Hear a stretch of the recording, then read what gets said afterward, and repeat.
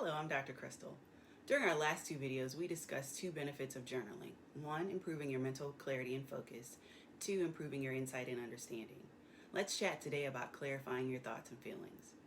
Writing your thoughts and feelings down is liberating. You can tell the pages what you won't say to anyone else.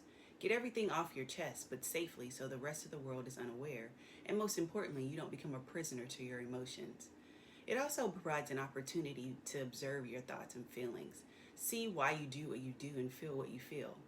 Let's say, for example, you're currently working a job you don't like. It would be easy to keep that job because it's normal to not like your job, right? But a little journal writing will set you straight. You don't like your job, you feel it's robbing you of your happiness daily, and you don't see things improving.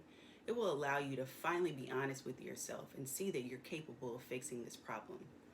If you're ready to give journaling a try, pre-order your copy today of one of my newly created journals.